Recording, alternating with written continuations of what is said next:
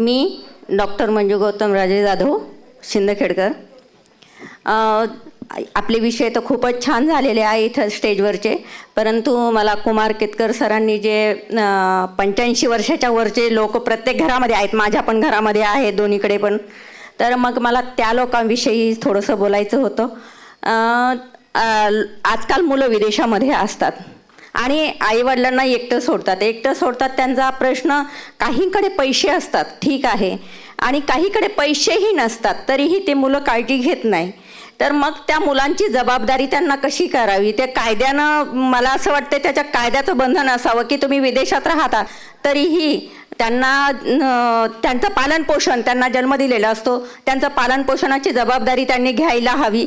नसेल तर आपोआप त्यांच्या जे पण कमाई मिळते ती आपोआप त्या आईवडिलांच्या खात्यामध्ये यायला हवी, आणि म्हणजे मग ते आपला उदरनिर्वाह आणि आपलं काम दुसऱ्याकडून करून घेतील. आणि नाही तरी आता माझा विचार, मी क्रांतिकारी सर्वांगीण विकास महिला मंडळाची अध्यक्ष आहे. माझा विचार आहे की मला अकोल्याहून 2 लेडीजचे फोन आले की मॅडम अशी अशी परिस्थिती आहे, त्या लेडीजकडे पैसा आहे परंतु कोणी सांभाळत नाही. तर मी म्हणजे तेवढी सक्षम संस्था नाही आहे माझी की मी वृद्धाश्रम काढेल आणि त्याला ठेवू शकेल. तर तुमच्याकडून काही म्हणजे जे मार्गदर्शन मिळेल मला, तर तेवढं मार्गदर्शनाची अपेक्षा आहे. आणि तुम्ही जिल्हा परत, तुम्ही एवढं मोठं काम करतात तर जिल्हा परत तुमचं समन्वयक म्हणून एखादं जिल्ह्यामध्ये एक व्यक्ती असावं असं मला वाटते. म्हणजे तुम्हाला जिल्ह्यातल्या ज्या समस्या आहे त्या तुमच्यापर्यंत पोहोचतील. बस, धन्यवाद. मला बोलायला दिलं त्याबद्दल धन्यवाद. बोल. काल सकाळी काही हे जे अभियान उपक्रम तुम्ही राबवलात की मनुस्मृती नको आणि संविधान हवे, तर मला एक स्त्री मुक्ती चळवळी, नाव आणि गाव सांग. हा सांगते. मला एक सांगायचं आहे की स्त्री मुक्ती चळवळीमधून आपल्याला मी सांगणार आहे धर्म तुम रख लो, हमें संविधान चाहिए, असा उपक्रम स्त्री मुक्त चळवळीमध्ये संस्था आणि संघटना जितक्या जोडलेल्या आहेत त्या सगळ्यांनी हा उपक्रम राबवला पाहिजे. माझं नाव वैशाली जाधव, मी धाराशिववरनं आली आहे. स्त्री मुक्त चळवळीचा एक भाग आहे. आणि मनुस्मृती एक असा ग्रंथ आहे जिथे जेव्हा एखादी स्त्री बालकाला जन्म देते तर ते मान्य करत नाही, मनुस्मृती मान्य करत नाही. म्हणून जे धर्मग्रंथ लिहिले गेलेले आहेत ते सगळे धर्मग्रंथ पुरुषांनी लिहिलेले आहेत, पुरुषांनी पुरुषांच्या सेवेसाठी बनवलेले आहेत. तर महिलांना मला एवढंच सांगायचं आहे, तुम्ही धर्म म्हणजे ते धर्मग्रंथ न मानता किंवा त्या धर्माच्या श्रमिक तुम्ही न होता किंवा त्या भक्तीमध्ये विलीन न होता संविधानाचं आचरण करा, संविधानाचं पालन करा. आणि जोपर्यंत तुम्ही संविधानाचं पालन किंवा संविधानाचा एखादा भाग तुम्ही वाचणार नाहीत तोपर्यंत या भारतामध्ये महिला गुलामच राहणार आहेत. मॅडम मला बोलायचं. थांब प्लीज बोल. मी मालती वळवी. आता मला सैनिकानं असं सुचवलेली आहे की ज्यांना बोलायचं जर इथं लाईनमध्ये उभी राहिलं ना तर सोपं पडेल, कारण अतिशय अवघड व्हायला लागली. मॅडम व्हायला लागली. आणि मी मीना आहे बरं का. हे मॅडम काय आहे, मी ब्रॉझर नाही चालवत. Okay, sorry. मी मालती वळवी, ट्रायबल लीडर. माझा जिल्हा जो आहे नंदुरबार, अतिदुर्गम भाग, गुजरात आणि मध्य प्रदेशच्या बीचोबीच असणारा जिल्हा. आज कुपोषणाचं प्रमाण वाढलं आहे, त्यानंतर स्थलांतराचं प्रमाण वाढलेलं आहे. विविध जे मोर्चे होत असतात नंदुरबार जिल्ह्यात तर मुंबईपर्यंत येत असतो. शेतकऱ्यांचा विषय, अंगणवाडी सेविकाचा विषय, आशा वर्करचा विषय. त्यानंतर मॅडम सेंट्रल किचन जे जेवण प्रोव्हाइड केलं जातं आश्रम शाळेमध्ये, आज तिथल्या मुली अक्षरशः आजारी पडता, फूड पॉयझन होता. त्यानंतर रेप केस आहे, फोक्सो मॅटर आहे. एक चळवळ ही वेगळी आहे. चळवळीत काम करणाऱ्या आज पण खेड्यागावात आहे आणि इंजोमध्ये काम करणाऱ्या वेगळा भाग आला. चळवळीमध्ये टार्गेट व्हावं लागतं, दगडे खावे लागतं, त्यानंतर हॉस्पिटल पण पोचावं लागतं. जेव्हा मुलींवर बलात्कार होतो त्या वेळेस आमच्यासारख्या मुली टार्गेट होता. 7 ते 8 वर्ष समाज आला व एक मुलगी म्हणून टाईम दिला आहे. नॅशनल इंटरनॅशनल सेमिनार गाठतो आम्ही, बाहेरच्या देशात, बाहेरच्या राज्यात जाऊन महाराष्ट्राला, भारताला रिप्रेझेंटेशन करत असतो. आणि या कार्यक्रमाला पहिल्यांदा मी आलेली आहे. तर स्त्री भ्रूण हत्या आदिवासी समाजात नाही आहे, इक्विलिटी आहे आमच्या समाजामध्ये. आणि जसं 2-3 विषय मी बघितले इथं. त्यानंतर आमची 10 वर्ष झाले जनगणना झालेली नाही आहे. एक 7वा कॉलम लागू व्हावा आदिवासींचा. त्यानंतर इंदिरा ताई आमची जी नंदुरबार जिल्ह्यात राहते, एकदम साध्या कपड्यात फाटलेल्या याच्यामध्ये असते. नंदा भिल आज पण हायकोर्टात केस चालू आहे. कॉन्ट्रीब्युशन करून आम्ही त्यांना मदत करतो. फोक्सो मॅटर पण झालेले आहे. आश्रमशाळेत होणारे काय म्हणतात छेडछाडीचे विषयसुद्धा हायकोर्टात जात आहे. त्यामुळे मला वाटतं की तुमच्या माध्यमाने एक चांगला संवाद प्रोग्राम अजूनच जिल्ह्यावाईज व्हायला पाहिजे ही विनंती करणार आहे मी. धन्यवाद. बोलण्यासाठी सुवर्ण संधी. थँक्यू. स्मिता बोल की तू. अच्छा तू हे चुकीचं आहे. 1 मिनिट बाळ, 1च मिनिट मॅडम, 1च मिनिट बोल ना. नमस्कार, मी स्मिता पानसरे नेवास्याहून आलेली आहे. चळवळींमध्ये संवाद व्हावा, एकजूट व्हावी यासाठी काय करावं या अनुषंगानं आपण इथं चर्चा करतोय. मला 1-2 गोष्टी प्रामुख्यानं मांडाव्याशा वाटतात. आता या परिषदेमध्ये वेगवेगळ्या सामाजिक प्रश्नांवर काम करणाऱ्या संघटना आणि NGOज इथे आलेल्या आहेत. काल आणि आज दिवसभरात आपण पितृसत्ताकता, धर्मांधता, जातीयतेच्या विरोधात बोललो आणि अनेक चळवळींनी तोच सूर पकडला. याचा अर्थ आपल्या सगळ्यांचं एकमत त्याविषयी आहे. त्या अनुषंगानं आपल्या सगळ्यांची जी भूमिका आहे ती भूमिका ठाम आहे. मला असं वाटतं की आपण सगळ्यांनी एक किमान समान कार्यक्रमावरती एकत्र येणं गरजेचं आहे. म्हणजे असं आपलं की शत्रू मित्र विवेकानं आपण काम करायला पाहिजे. कायमचा शत्रू नाही आणि कायमचा मित्र नाही आहे. किमान 2 प्रश्नांवर एखादी संघटना आपल्या बरोबरीनं येत असेल तर त्या संघटनेला बरोबर घेऊन आपण चालायला पाहिजे. शत्रू म्हणून फुल्या न मारता जर आपण असं एकत्रित संवादाचं माध्यम घेतलं आणि एकत्रितपणे लढायला लागलो, तो प्रश्न त्या संघटनेचा आहे, आमच्याशी काही संबंध नाही असं न म्हणता प्रश्न आपल्या सगळ्यांचे एकत्र आहेत असं समजून जर आपण सगळेजण एकत्र राहिलो तर मला असं वाटतं की आपल्यामधला संवाद वाढेल आणि आपली एकजूट वाढेल. किमान नुसता असा प्रयत्न किंवा बोलणं उपयोगाचं नाही की ज्या शोषणविरहित समाजाचं स्वप्न आपण बघतोय, व्यवस्था परिवर्तनाचं बघतोय, त्यासाठी आपण एकत्र येणं. आपला शत्रू नुसता ओळखून उपयोगाचं नाही तर त्या शत्रूच्या विरोधात आपण आता सगळ्यांनी, रेषेच्या अलीकडच्या सगळ्यांनी हातात हात घालून लढणं आणि त्यासाठी समान कार्यक्रमावर आपल्या मित्रांना बरोबर घेऊन चालणं गरजेचं आहे असं मला वाटतं. अरे वा, क्या बात है. आम्ही जे सूचना दिलं त्या सूचनाला मान देऊन ह्यांना द्या. I know but stand here no darling. They what to do now. We have to create a situation. बोल ना. हां इथंच बोल. हां लाईनीत बोल. हां अगं 1 मिनिट नाही. हां मी आदिवासी समाजाची महिला आहे. मला म्हणजे स्टेजवर बोलायचं असलं ना का आधी आमच्या मनामध्ये भीती वाटतं. एवढे लोक बसलेत, आम्ही काय जरा चुकलं तर आम्हाला काय असं बोलतील किंवा हसतील, तर माझ्या मनाला आधीच जरा हे वाटते. आमच्या पण समाजाची लोक आहेत, कातकरी समाजाची, वीट भट्टीवर जातात 5,000. कधी काय आरोग्याचं काय आजारी बिजारी पडलं तर मग असं वीट भट्टी मालकाकडे जातात. 5,000 6,000 असं घेतात. तर ते 4 वर्षे 5 वर्षे ते फेडायला लागतात आम्हाला. आणि जर एखादा आजारी जर माणूस जर पडला ना, आता आमच्याच एक घरातला माणूस आजारी पडलेला, त्याच्या 2 किडण्यांचं प्रॉब्लेम आलेलं, त्याचं सगळं शरीरात सूज आलेली.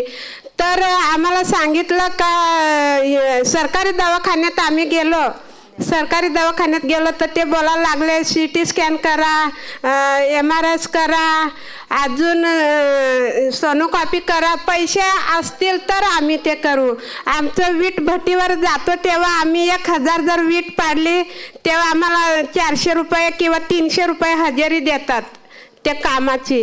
तर त्या कामामध्ये आम्हाला जर ते पैसे घेतलेले असतात तर परत आम्हाला तेवढं पैसे कमवताना येत नाही. 6 महिने पूर्ण जातात. आम्ही सकाळी 6 वाजता ते वीट थापणीला सुरुवात करतो तर ते सगळं काम आटपता आम्हाला 7-8 वाजतात रात्रीचे. ते सगळं काम करून जर एखादी महिला आजारी पडली तर 2-3 लोकांकडे पैसे मागायला गेलं, तुमचं काम हे आहे, तुम्हाला कसं काय आम्ही मदत करणार? मग कोणच आम्हाला मदत करत नाही. मग त्याच्यासाठी आम्ही काय करायचं? सरकारी दवाखान्यात जातात तर हे करा, ते करा, ते करा, तिथं पण कसल्या ह्या सुविधा नाही. जा तुम्ही तिकडं आपल्या इकडं कोणतं ते मोठं हॉस्पिटल एमजेम तर ते केम आणि इकडं जे हॉस्पिटल तिकडं जा, तुम्हाला सगळं मोफत. पण आम्हाला सर माहिती राहील तेव्हाच ना आम्ही पुढचं पाऊल उचलो. एकतर शिक्षण नाही, काय नाही, ही पोरं बाला आमच्या ह्याच्यामध्ये तर जर हे असलं तर आमचं पुढचं शिक्षण होतं मुलांचं. आणि आम्हाला तर आम्ही तर पूर्ण अडाणी आमच्या आईबापाने आम्हाला शिकवलं असतं तेव्हा तर आम्ही आज आमची कातकरी समाज एकदम खालच्या पातळीचा आहे. तर आम्हाला कसं तरीच वाटतं असं लोकांच्या समोर बोलायला. ते पण काढलेलं आहे तरी पण ते बोलतात की तुमचं हे कार्ड चालणार नाही, एवढं त्याच्यात हे नाही ते नाही. मग ते हो थांबा. माझं नाव सीता वामन पवार, मी कर्जतवरनं आले. हां थँक्यू. तिचं नाव इथं उभी राहायला पाहिजे. जे लाईन मध्ये उभी राहतील फक्त त्यांना बोलायला देणार. सॉरी. माझं नाव शांता काशीनाथ वाघमारे, मी रायगडवरून आलोय. माझी समस्या आहे की माझ्या गावात 365 घरं आहेत, पण माझ्या वाडीत साधीशी अंगणवाडी सुद्धा नाही आहे माझ्या गावात. मी जेव्हा ग्रामसभा असते तेव्हाही जाते तिथे सांगायला सरपंचांना. ते लोक बोलतात तुमच्या गावात जेव्हा हे होईल ग्रामसभा तेव्हाच तुम्हाला पुढं न्याय भेटेल. आमच्या गावी कितीतरी पोरं आजारी होतात, अपंग होतात, पण कोणीही आमच्या गावावरती लक्ष देत नाही. हां मला एकच सांगायचं आहे, आदिवाशांनी आदिवासी होऊनच मरायचं का? त्यांनी पुढे यायचं नाही आहे का? त्यांनी काहीतरी शिक्षण घ्यायला पाहिजे का नको? हां आदिवाशाला पण तेवढा अधिकार पाहिजे की त्यांनी सुद्धा, तुम्ही जरी 4 पावलं चाललं तरी आदिवासींनी 2 पावलं टाकली ना तरी त्याला चिकार आहेत आयुष्यात जगायसाठी. हां मी माझ्या आईवडिलांनी, माझे आईवडील मी लहान असतानाच वारले, पण मी कामगार होऊन माझ्या पोरांना 12वी शिकवली. आणि माझ्या वाडीत मला माझं माहेर खालापूर आहे. रायगडमध्ये खालापूर म्हणून गाव आहे. मला आसरा म्हणून गावाला दिलेलं आहे. तिथे जे सरपंच आहेत त्यांना मी भांडलो त्यांच्याशी. ते बोलतात तुमच्या दोन्ही गावाचे आम्हाला घेणं देणं नाही आहे, तुम्ही मेले तरी चालेल, आमच्या गावात साधीशी स्मशानभूमी सुद्धा नाही आहे.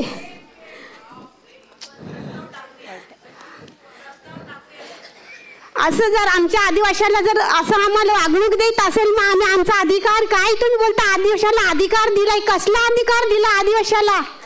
हा कसला अधिकार दिला आदिवाशाला?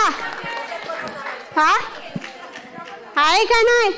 तुम्ही तर बोलता सरपंच आले, हा आम्ही तुम्हाला अधिकार देऊ. कसला अधिकार देऊ? आता मरण्याचा अधिकार देता आदिवाशाला. जर आदिवासी आजारी पडला ना तर त्याला साधी रुपयाची गोळी सुद्धा कोण लोक देत नाही. सरकारी मध्ये आमच्या इथले 4-4, 5-5 वर्षाची पोरं दारू पितात. हे त्यांचं वय आहे का दारू प्यायचं? आम्ही जेव्हा पोलीस स्टेशन मध्ये गेलो ना, ती पोलीस लोक आम्हाला बोलतात हो निघा निघा, आदिवाशाचं इथे काही काम नाही आहे. म्हणजे आदिवाशांनी दारू पिऊनच मारायचं, हे त्या पोलीस लोकांचं काम आहे. मी चौकमध्ये त्या लोकांशी भांडलं की साहेब तुम्ही हे बोलता की आदिवाशांनी दारू पिऊन मारायचं, फक्त श्रीमंत वर्गानेच व्यवस्थित जगायचं, त्यांनी फक्त गाडीमध्ये एसीच्या गाडीमध्ये फिरायचं, फक्त आदिवाशांनी जंगलातच राहणं त्याचं आयुष्य घालवायचं का? ते किडीमाडी असते, खेकडी खायचे, माशी खायचे, हेच त्याचं जीवन जगायचं. फक्त त्यांनी असं चांगलं एसीच्या गाडीमध्ये फिरायचं नाही. हे फक्त पोलीस लोकांची कामं आहेत. मी पोलीस लोकांना पनवेलला पण बोललो, आझाद मैदानला पण पोलीस लोकांना तेच आम्ही भाषण केलं की आदिवाशाचं एक आता राहिलं ना, आदिवासी एक तर मरेल नाही तर काहीतरी करेल. काहीतरी करा. नाव बाळ, नाव इथं नाव नोंदव. थांब आता ते रस्ता नाही असं नाही चालत. लाईनवर उभी राहायचं. बोल बाळ. हॅलो. माझं नाव मालती सगने, चंद्रपूरहून आली आहे. महिला राज्यसत्ता आंदोलनाचं मी काम करते, महाराष्ट्राचं काम बघते. आता आपला विषय आहे का संस्था संघटना यांच्यासोबतचा संवाद कितपत आपला असावा नसावा. संवाद नक्की हवा. आता जे काही संवाद असलाच पाहिजे. दुसरी गोष्ट अशी का प्रश्न अनेक आहेत, इतके प्रश्न आहेत का त्या आपली एक डायरी डिरेक्टरी तयार होऊन जाईल, एक कादंबरी तयार होऊन जाईल प्रश्नाची केली तर. पण ते प्रश्न आपण सोडवायचे कसे याच्याबद्दलचा एक प्लॅटफॉर्म असला पाहिजे. आणि तो एकत्रित संस्था संघटना मिळून आपण कसा करू शकतो, कारण संस्थेला सुद्धा मर्यादा आहेत.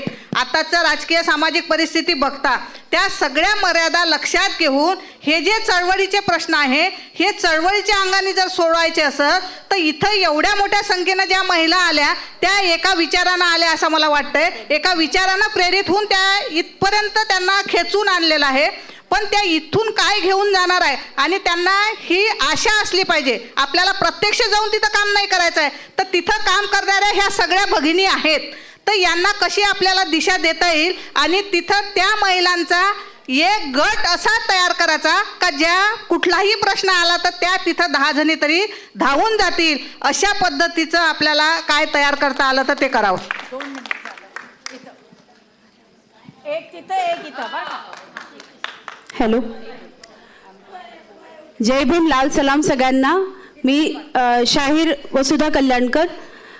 मी भारतीय महिला फेडरेशनच्या माध्यमातून स्त्रियांसाठी काम करत आहे.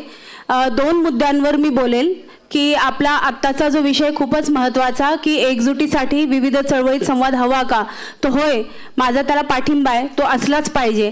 आपण वेगवेगळ्या चळवळीतल्या, मग कम्युनिस्ट चळवळीतल्या, आंबेडकरी ओबीसी चळवळीतल्या महिला इथे आपण आलेलो आहोत. तर तो संवाद नक्की हवा. कारण की कशासाठी आहे तो संवाद, का पाहिजे आणि आज का परिषदेत आपण सगळ्या इतक्या उत्सुकतेने आणि उत्साहाने आलो, तर सगळ्यांना एक संकट जाणवतंय, सगळ्यांनाच जाणवते ते. आणि जे लोक सत्तेत बसलेले आहेत त्यांच्या सगळ्या धोरणांमुळे, त्यांच्या मनुवादी विचारांमुळे हे संकट आपल्या सगळ्यांवर आलेलं आहे.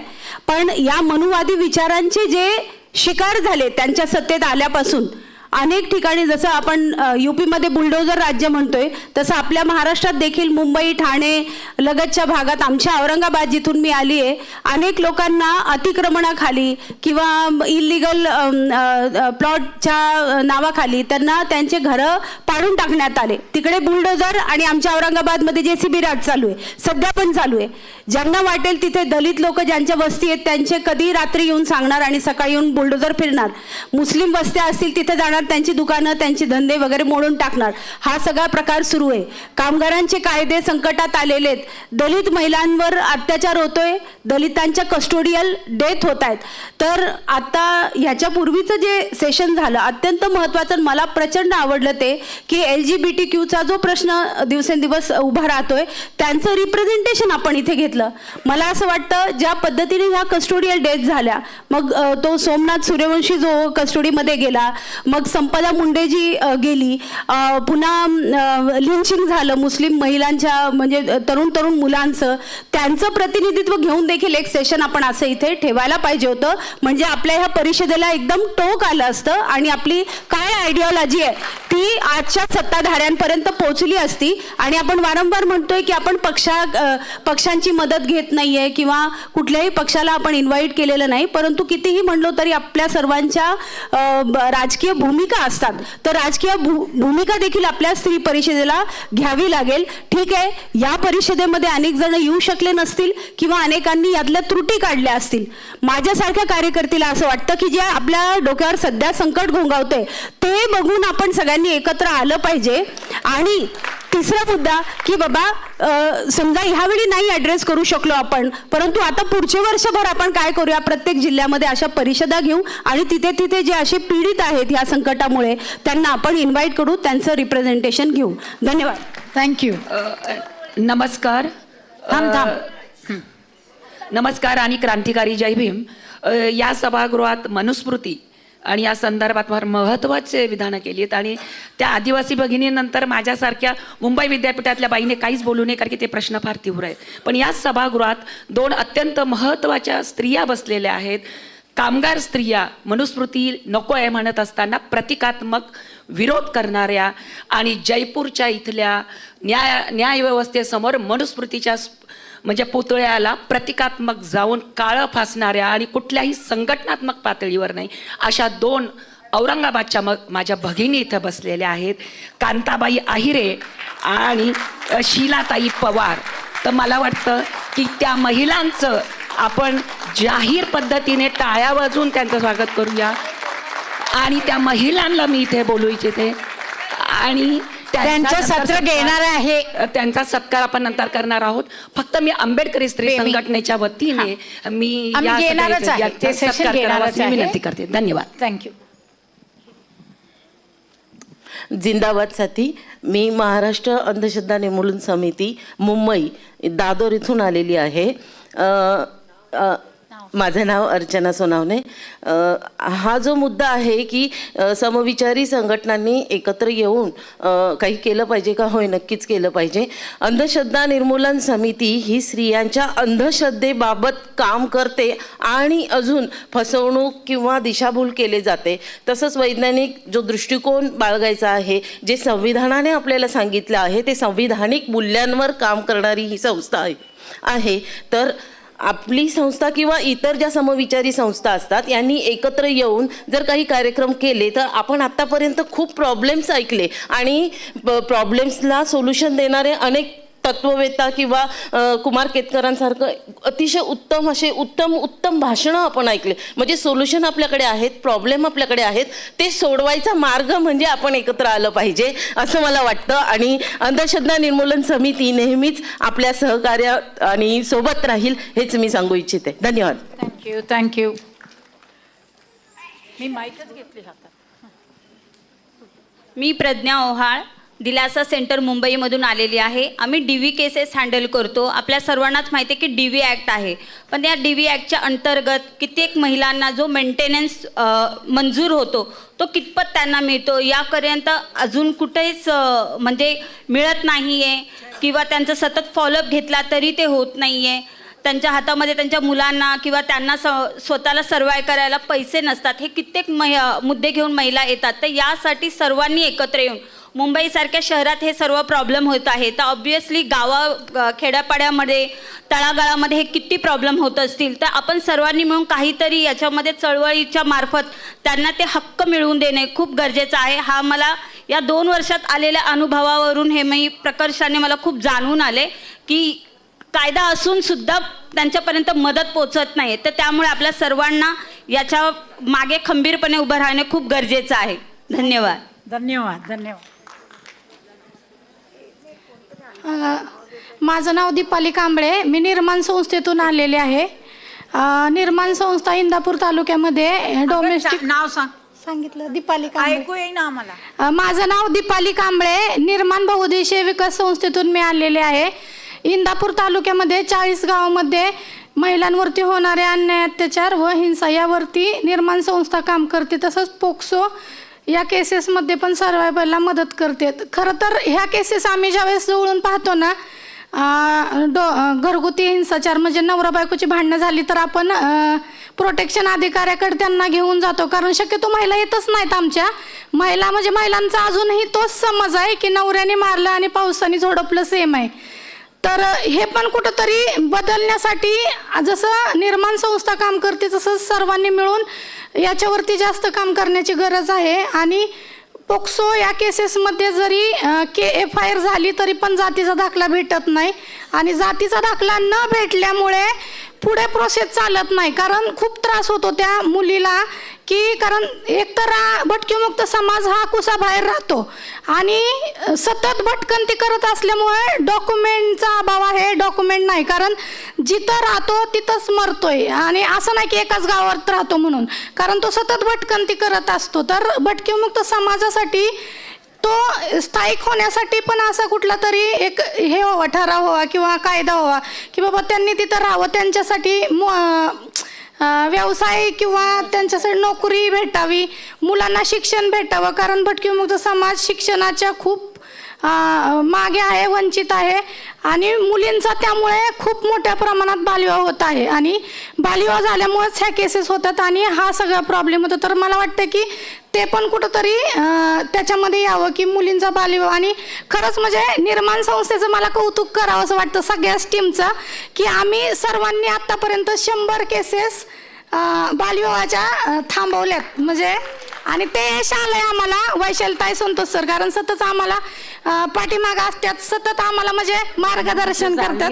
2 मिनिटं झाली, थांब. हां,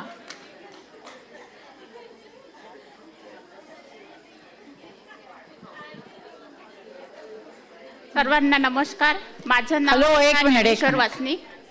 मी अमरावती जिल्ह्यावरून आलेली आहे आणि मी नाव नाही लक्षात. रेखा ज्ञानेश्वर वासनिक, अमरावती जिल्हा. आणि मी आरोग्य कारभारिणी म्हणून आमच्या गावामध्ये काम करते.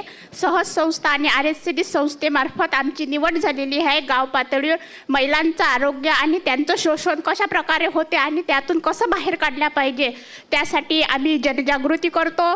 आणि मी माझ्या गावामध्ये उपसरपंच आहे आणि उपसरपंच असून ज्या काही महिला आहे, आता आदिवासी महिलांनी जो अंगणवाडीचा विषय मांडलेला आहे तर त्या विषयासाठी मी त्यांना असं सांगू इच्छितो, ग्रामसभेचा ठराव जर पारित झाला तर मुख्यमंत्री तो ठराव आपला मोडू शकत नाही. आपण जो मागणी करत आहोत, जे आपले लोक आपल्या सोबत आहे त्या मागणीला आपण सर्वात म्हणजे पक्क्यापैकी असा यशस्वी होऊ शकतो.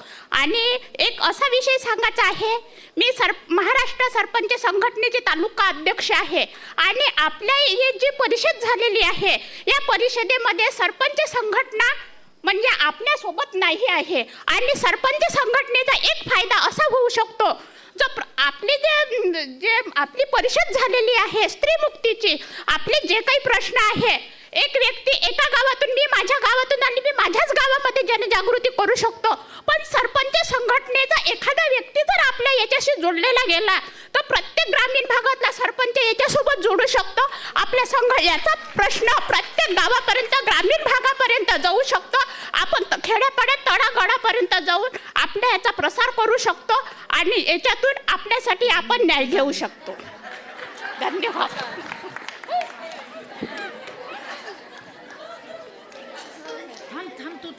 त्यानंतर असं या लाल नंतर कारण लिस्ट मध्ये नाही येऊ देऊया. हॅलो, मी रेश्मा शेख आहे, औरंगाबादवरून आलेली आहे आणि आम्ही घराचे कामे करतो. 15 बाया आहे आम्ही आणि आम्हाला घरकुल आलेले आहे ते. आणि काही बाया शिकेल नाही ते, त्यांना म्हणतात TC घेऊन या, जन्म तारीख घेऊन या. त्यांच्या आई वडिलांनी जन्म तारीख नाही ठेवलं, शाळेमध्ये नाही टाकलं, TC नाही आहे, ते कुठं आणू शकते? अशा बायांना खूप परिस्थिती हे महिना भरूपर्यंत किराया येतो, त्यांना खाया प्यायची परिस्थिती खूप अवघड आहे आता सध्याला. मग ते की कामाला गेले तर बाया म्हणते ते, अरे तू उशीर झालं, तू पोळ्याला नाही आली, तू काम आजपासून येऊ नको, उद्यापासून घरी राह. म्हटलं तर आता हे परिस्थितीमध्ये त्या बायांनी कशी हे करायचं? वेळ कमी आहे, मी एवढ्यातच हे करतो. आमच्यासाठी अधीनं हे कृपया हे करावं. धन्यवाद.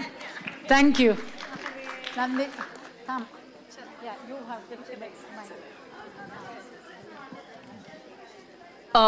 माझं नाव नंदिता शाह आहे आणि तू ठेव माझा वेळ. मला 2-3 गोष्ट मांडायची होती. मी अक्षरा संस्थामधून आहे की एक आहे की सेफ्टी ऑडिट आपण सगळ्यांनी केला आपल्या आपल्या एरियामध्ये, त्याचा पाठपुरावा आपल्याला करायचा आहे. हे आपला सेशन झाल्यानंतर, नाहीतर आपण एवढं काम केलं त्याचा काही फायदा होणार नाही आहे आणि आपण रिपोर्ट दिला त्याचं काय कोणी ऐकून होणार नाही आहे. तर ते आपल्याला एक करायचं आहे.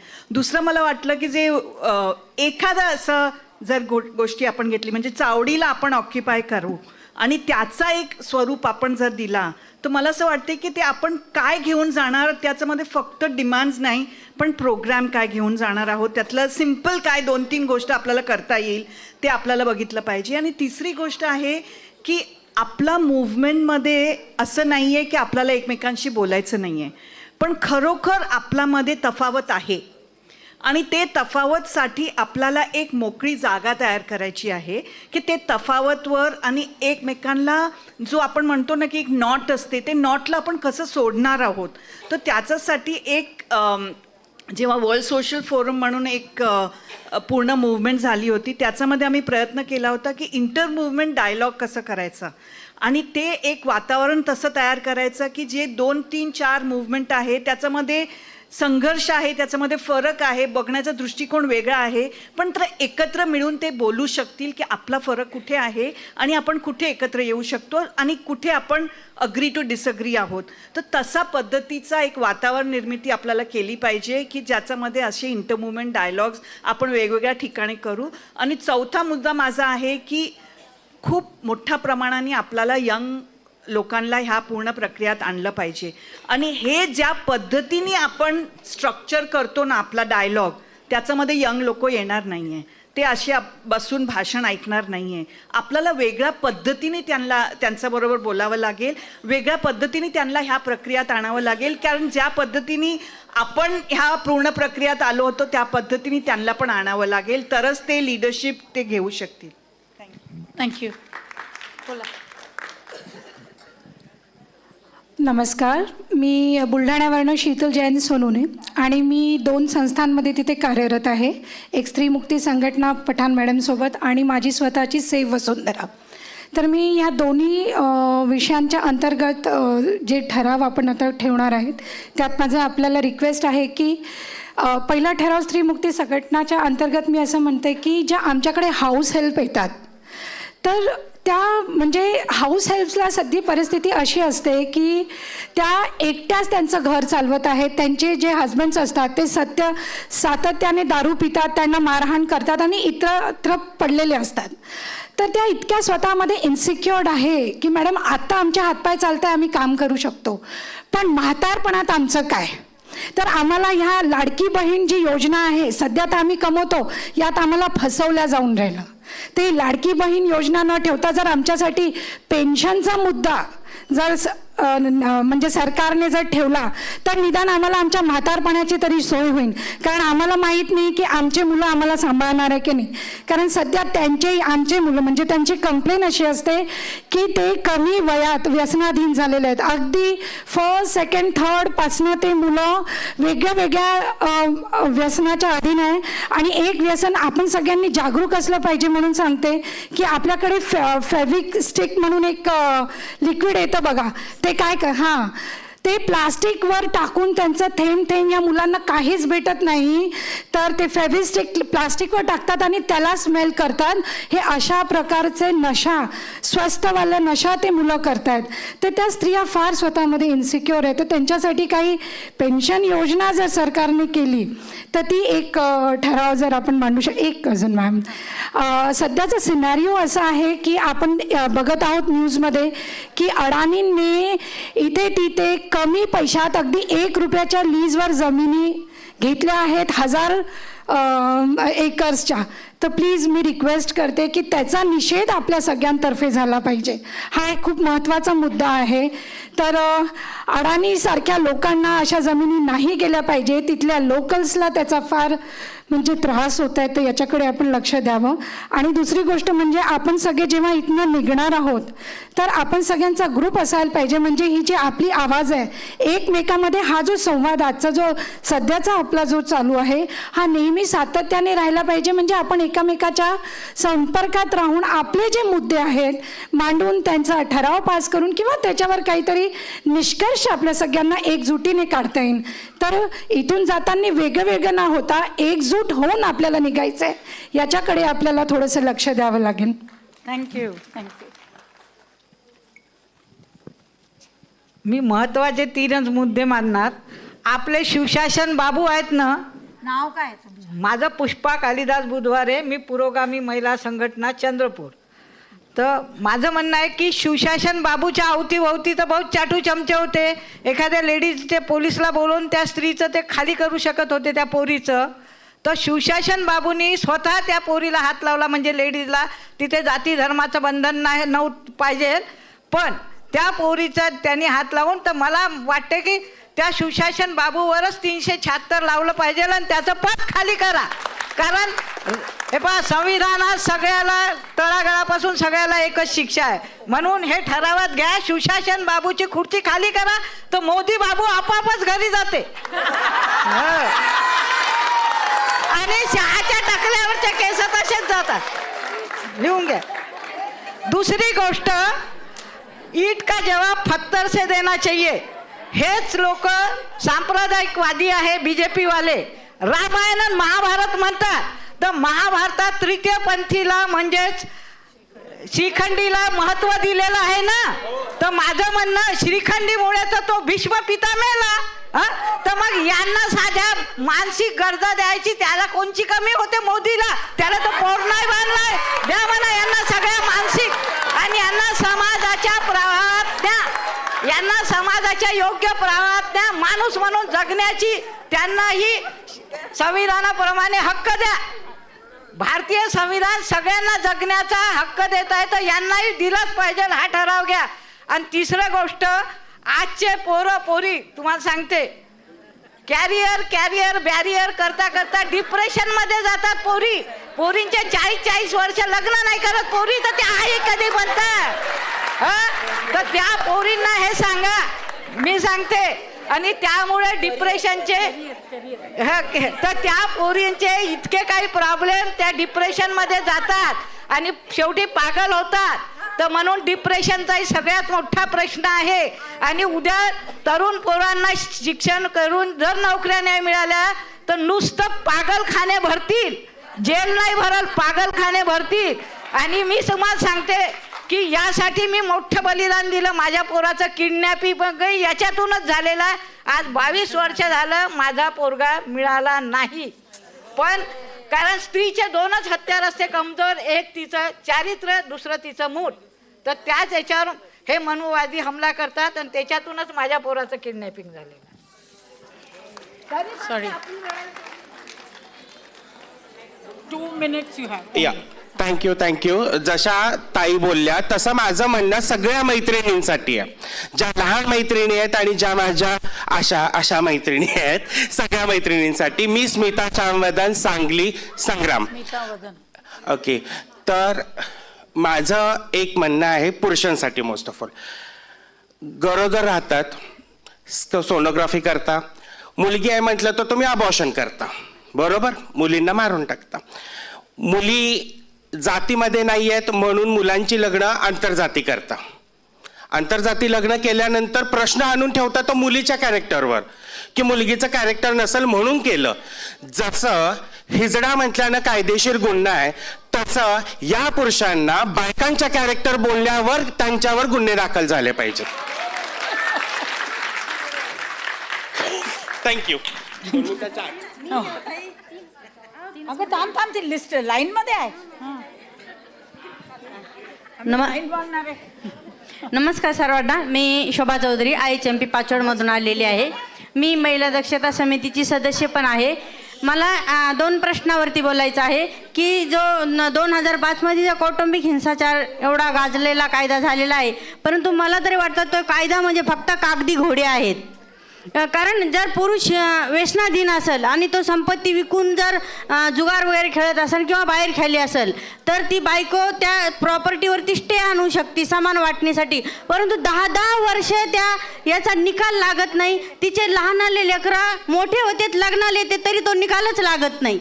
मग त्या कायद्याचा उपयोग काय आहे?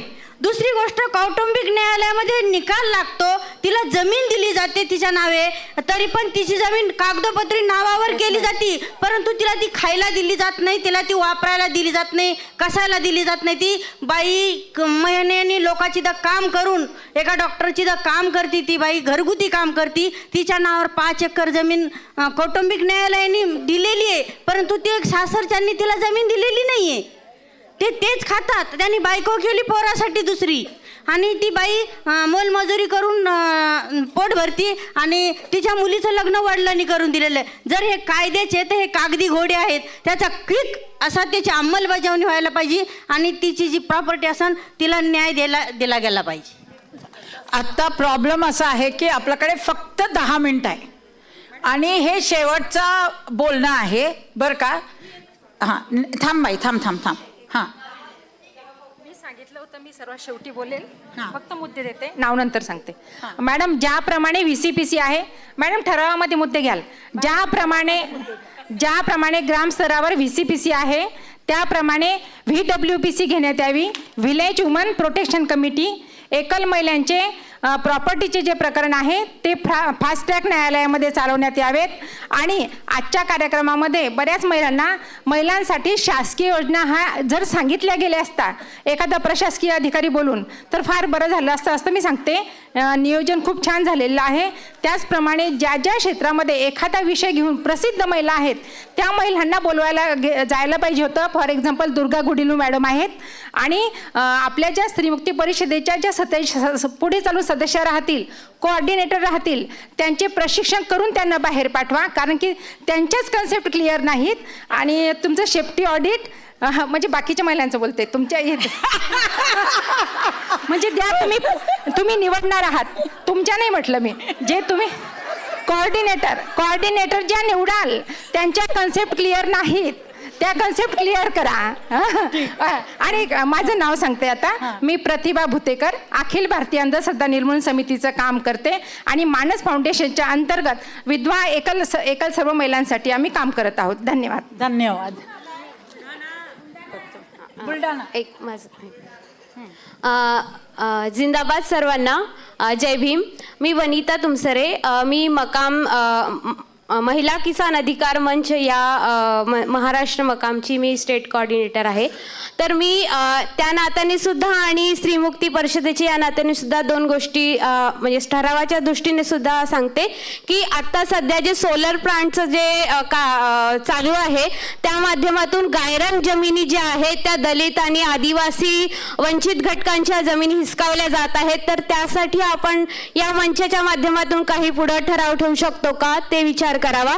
दुसरा एक मुद्दा आहे, ज्या शेतकरी स्त्रिया आहेत त्यांच्या ज्या एकल शेतकरी महिला पण आहेत, एकल विधवा आत्महत्याग्रस्त महिला सुद्धा आहेत, पण एकल शेतकरी महिला सुद्धा आहेत आणि ओव्हरऑल शेतकरी महिला यांना जमिनीचे अधिकार मिळत नाही आहेत, त्यांचे वारसानी सुद्धा अधिकार मिळत नाही आहेत, त्यासोबतच इतर सुद्धा जमिनीवरील अधिकार मिळत नाही आहेत. तर त्यासाठी मकाम कार्य करीत आहे, परंतु आपल्या सर्वांची सुद्धा तिथे महत्त्वाची गरज आहे आणि ह्या मंचाच्या माध्यमातून सुद्धा मला असं वाटते की आपण ते सुद्धा मुद्दे पुढे न्यावेत. धन्यवाद. ही स्वतःचा टाइम घेऊन आली बरं का. नमस्कार, माझं नाव निमिष साने. मला फक्त एवढं सुचवायचं होतं की इथून पुढे एकत्र येऊन जो काही उपक्रम किंवा जे काही चळवळींनी एकत्र करायचं ठरेल त्याच्यात राजकीय संवादाचा कार्यक्रम आणि उपक्रम असावा. मनुस्मृती नको संविधान हवं ही चांगली घोषणा आहे, पण दुर्दैवाने तो राजकीय मुद्दा होत नाही. लाडकी बहीण हा राजकीय मुद्दा आहे, त्यामुळे आम्ही लाभार्थी नाही, आम्ही नागरिक आहोत हे सूत्र घेऊन राजकीय संवादाचा कार्यक्रम करण्याची फार मोठ्या प्रमाणावर गरज आहे.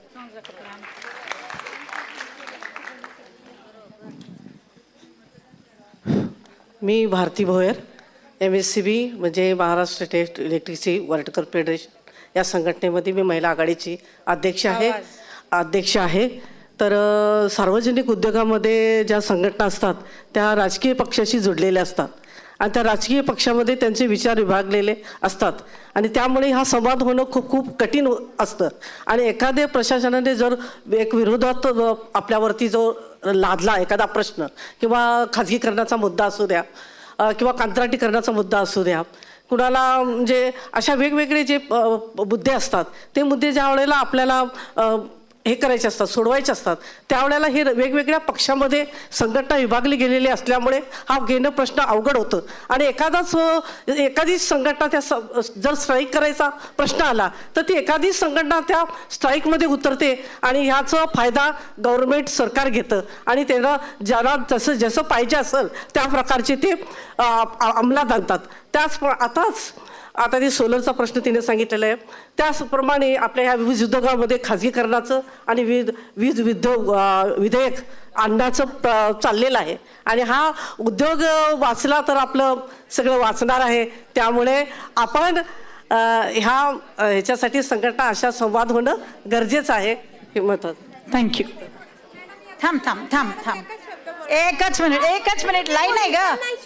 राजा थांबा मॅडम सांगू आमच्या इतर समाजाला फॉरेस्टमध्ये जागा देतात घरं बांधायला ना आमच्या कातकऱ्यांनी जर बांधलं ना ते कुडामेडीचं घर तर लगेच तोडून मोडून टाकतात परवानगी नाही बांधायला शासनाने दिल्याशिवाय घेतो आम्ही अगदी घेतो करेक्ट आहे ए बाळ इथं जा हां ताईनी एक प्रश्न मांडला की जे मध्ये गेल्यानंतर आम्हाला कोणी दाद देत नाही किंवा काय होत नाही तर मला फोन केला तर चांगलं मी हे करू शकते शकुंतला प्रकाश पवार 2 वर्ष झाले मी जेला फिरते त्याच्यामुळे अधिकाऱ्यांना कसं भांडायचं कशी मेडिसिन मिळवायची काय करायचं नंबर देऊन जा बघे हीच नंबर घ्या बोल मी स्वरिता राजेश पाटकर भारतीय महिला फेडरेशनमध्ये मी ॲज अ कॉन्सिलर म्हणून काम करते. मी कॉन्सिलर म्हणून काम करत असताना मी अनेक प्रश्नांवरती लोकांचे समस्या निवारण करण्यासाठी खूप काम करते. अशा ठिकाणी काम करत असताना मला पोलीस स्टेशनमध्ये बऱ्याच वेळा खूप त्रास होतो. आता बघायला गेला तर पोलीस स्टेशनमध्ये आलेल्या त्रासाचा मी सामना करू शकते कारण माझे आई वडील खूप नामचीन लोक होते. त्यांची नावं सांगितली पत्रकार लोकांची नावं सांगितली तर ते प्रश्न सुटले जातात. पण सर्वसामान्यांना न्याय मिळावा तर सगळ्या प्रकारचे सर्वसामान्य आपल्यापर्यंत येत नाहीत. तर अशा वेळेला पोलीस स्टेशनमध्ये मला असं वाटतं की आपली एखादी अशी सामाजिक कार्य करणारी एखादी सामान्य स्त्रीला न्याय देणारी एखादी स्त्री असावी. कारण आता आपला ऐका ना एक मिनिट आता 4 दिवसापूर्वी आपलं शिबिर सुरू व्हायच्या आधी स्टोरी सांगायला वेळ नाही मला. मरीन लाईनला एक मुलगी माझ्या चुलत बहिणीला दिसली ती रडते म्हणून तिला विचारलं काय झालं ग बाई तर ती म्हणाली मला बापांनी बाहेर काढली. बापांनी बाहेर काढली 4 दिवस ती मरीन लाईन स्टेशनवर इकडे तिकडे फिरली. तिला मी म्हटलं जा नेऊन नरिमन पॉइंटला पोलीस स्टेशनला तिला जमा कर. तिने तिला नेलं. तिथं पोलीस स्टेशनमध्ये असा अनुभव आला की तिच्या वडिलांना त्यांनी कॉन्टॅक्ट केला. तिचे वडील सावत्र वडील होते. त्यांचा वेळ खूप जायला लागली परंतु मला वाटते की ह्यातनं मी हे घेते की जे पोलीस स्टेशनला कार्यकर्ते जातात या पोलीस स्टेशनला जेव्हा बायका जातात त्यांना सन्मानानं वागणूक मिळत नाही त्याच्यासाठी काहीतरी स्ट्रॅटेजी पाहिजे. डन हां लवकर बोलायचं इथं बसली मेरा नाम प्रमिला है और मैं क्षमता एनजीओ के साथ में जुड़ी हुई हूँ. जो मुद्दे कल से लेकर अब तक जो डिस्कस हो रहे हैं उसमें जो मुद्दे छूटे हैं जो शेल्टर होम की जो बहनें हैं और शेल्टर होम्स के साथ में ही हम काम करते हैं. महिला व बाल विकास के द्वारा जो संचालित किए जाने वाले जो शेल्टर होम्स हैं वहाँ पर अगर देखेंगे तो बहुत ही दयनीय स्थिति है. वहाँ के जो सवाल है उनको लेकर मुझे लगता है कि बात होनी चाहिए आगे आने वाले दिनों में भी. और जो मुझे लगता है कि ये मुद्दे आगे भी हमारे घोषणा पत्र में आने चाहिए वो मैंने ऑलरेडी चैनिका जी को भेज दिए हैं ड्राफ्ट करके कि उन मुद्दों पर बात हो. जो हमारे शेल्टर होम से जो रिलीज़ मैंने व्हाट्सएप पे आपको भेज दिया है. जो सिंगल हमारी जो लड़कियां हैं जो अभी अपने पैरों पर खड़ी होना चाहती हैं तो उनको किराए पर घर नहीं मिलते हैं. तो उस तरीके की कुछ योजनाएं जो है उसके बारे में बात हो. हमारी जो मकान मालिक है वो कई बार एक भेदभाव करते हैं कि अगर सिंगल वीमेन है या अकेली लड़की रहने वाली है तो उनको किराए पर कमरे नहीं मिलते. तो उस तरीके के कुछ दिशा निर्देश जारी किए जाएं. और जो उनके डॉक्यूमेंट्स के सवाल होते हैं हम आफ्टर केयर पर काम करने के लिए क्षमता संस्था जो काम कर रही है कई बार डॉक्यूमेंट्स नहीं होते और घर वाले भी देते नहीं हैं तो उनके खिलाफ भी कुछ कार्रवाई होनी चाहिए ये मुझे लगता है. Thank you. 1 मिनिट. नमस्ते मी सकीना शेख संग्राम संस्था सांगली. आज चळवळीच्या माध्यमातून विविध संघटना आपले मत मांडत आहेत. यामध्ये LGBTQ आणि सेक्स वर्कर महिला यामध्ये आपल्याला सेक्स वर्कर महिलांसाठी जे स्टेट लेवलवर आरक्षणाचा मुद्दा आपल्याला पुढे घेऊन चालायचा आहे की जेणेकरून आमच्या सेक्स वर्कर महिलांना आणि LGBTQ देखील पुढे आम्हाला काहीतरी आर्थिक विकास करण्याच्या दृष्टिकोनातून सरकारनं वाचा फोडता येईल आणि स्टेट लेवलवर हा विचारावा आणि हा प्रत्येक ह्याच्यामध्ये आरक्षणाबद्दल मुद्दा मांडावा. थँक्यू. मैं पैगंबरी मुंबई से हूँ. संगठन है आवाज़ निस्वान. एक्चुअली मेरा 2 मुद्दा है कि एक्चुअली डॉक्यूमेंट के बारे में, राइट। जैसे कि मेरी मदर अभी 60 की हो चुकी है, उनके पास में डॉक्यूमेंट अभी गवर्नमेंट जो फॉलो करती है वो है आधार कार्ड। जो आधार कार्ड में पहले लोगों के इस बात में कोई सर्टिफिकेट नहीं है, रिजल्ट नहीं है, बर्थ सर्टिफिकेट नहीं है, तो डॉक्यूमेंट जो स्टार्ट होता है वो आधार कार्ड से लिंक होता है। तो हमें कहीं भी अगर जाना हो, पासपोर्ट वगैरह हो, तो पहले आधार कार्ड करेक्शन किया जाए, लेकिन आधार कार्ड के लिए करेक्शन करने के लिए हमारे पास कोई प्रूफ नहीं है। तो ये मेन एक मुद्दा होना चाहिए। और सेकंड ये है कि जब से लॉकडाउन हुआ है, लॉकडाउन के बाद से स्कूलों में कैसा है कि सब स्कूलों में टीचरों ने सिर्फ होमवर्क दे दिया है, मोबाइल में होमवर्क करके लाइए, आपको क्वेश्चन मिल जाता है बोर्ड में, बुक में। तो हम बच्चे को मोबाइल तो दे देते हैं, लेकिन बच्चे हम ये नहीं देखते कि हमारा बच्चा क्या कर रहा है, उसमें पढ़ाई कर रहा है या फिर कुछ और चीज़ें कर रहा है, क्योंकि वो रील्स है। जब हम देखते हैं ना तो उसमें अच्छी और बुरी चीज़ें, सारी चीज़ें आती है, तो उससे बच्चों की आंखें की खराब, प्लस वो जो इमोशन जो बच्चे लोग को चढ़ता है, तो उससे भी आगे हिंसा होती है, स्कूलों में होती है, टीचरों के साथ में होती है। हम सेशन करने के लिए स्कूलों में जाते हैं, उनसे भी हिंसा होती है। तो इस 2 मुद्दे पे कि आप स्कूल में पढ़ाए, लेकिन बच्चों को ना दे, बल्कि टीचर उनको जैसे हम पढ़ते थे बोर्ड पे लिखे, आज वही चीज चाहिए return. Thank you. Thank you. Mobile homework बंद करो। मैं अनीसा खान औरंगाबाद से हूँ। मेरा एक ही इशू है कि अनीसा खान मेरा एक ही इशू है कि जो लाड़की बहन योजना ना देते हुए सरकार हमारे बच्चों को फ्री में एजुकेशन दे, एजुकेशन पे ध्यान दे, वो बहुत ज़रूरी है। हमें फ्री का राशन नहीं चाहिए, फ्री में लाड़की बहन योजना नहीं चाहिए, सिर्फ बच्चों को एजुकेशन चाहिए। बस मेरा ये मुद्दा है। आप इस पे thank you very much, very good मुद्दा। सर्वांना माझा जय भीम। मी भंडाऱ्यावरून किसनाबाई भानारकर, अंगणवाडी कर्मचारी सभा महाराष्ट्राचे कार्याध्यक्ष आहे। माझ्या अध्यक्ष ॲडव्होकेट निशाताई शिवरकर आहेत। मी या ठिकाणी 2च मुद्दे मांडणार आहे, ते म्हणजे महत्त्वाचे असे की अंगणवाडी सेविका आणि आशा वर्करी ही घरोघरी जाते, तेव्हा नशेत असलेले माणसं अंगणवाडीमध्ये जातात, काही ठिकाणी त्यांचे खून झालेले आहेत त्या नशेमुळं। तर या ठिकाणी स्त्रीमुक्ती आंदोलनाच्या रूपानं आपण सर्वांनी या ठिकाणी एक पण करू आणि दारूबंदीचा मुद्दा हा आपण ठेवावं ही विनंती करते। आणि एक दुसरा मुद्दा आहे की खेड्यापाड्यात जंगल आहे, जंगलाच्या बाजूला सर्वांच्या शेते आहेत आणि आता पाहता तर एक प्रत्येक गावामध्ये वाघ शेतातच नाही तर गावात शिरतो। तर फॉरेस्ट डिपार्टमेंटला एक विनंती करून आपण एक ठराव तो मांडावा की गावाच्या भोवताल म्हणजे जंगलाच्या भोवताल त्यांनी कुंपण करावं, जेणेकरून सर्वांचे प्राण वाचतील। एवढीच मी या ठिकाणी बोलते आणि माझ्या ह्या 2 प्रश्नांना महत्त्व द्यावं एवढीच या सर्व सभागृहाला विनंती करते। सर्वांना जय भीम। थँक्यू। आता वेळ नाही आहे, I am so sorry. Last, अच्छा लवकर ये, मग लवकर ये, नाव सांग। माझं नाव बिल्किसा आहे, मी कुर्ल्यामधून आवाज निजवा बरोबर संघटन आहे। मी फक्त 2 गोष्ट बोलणार तुम्हाला। जे आपण तेव्हा केले NRCमध्ये, तसंच हा मंडल आता करू तो सगळं आपलं आहे जातीवादी सगळं भांडण संपूर्ण निपुट जाणार। हे हिंदी में बोल ना। बोलूं? हाँ बोल ना।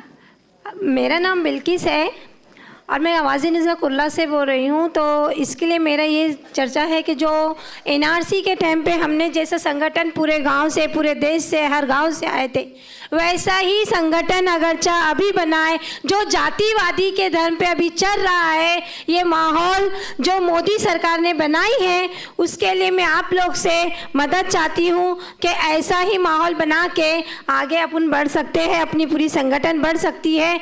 उसके लिए मैं आप लोग से विनंती चाहती हूँ। Thank you very much. तुम्ही सगळेजण खूप मदत केले मला हे सेशन करायला, त्यामुळे तुमच्या सगळ्यांचं मी धन्यवाद मानते।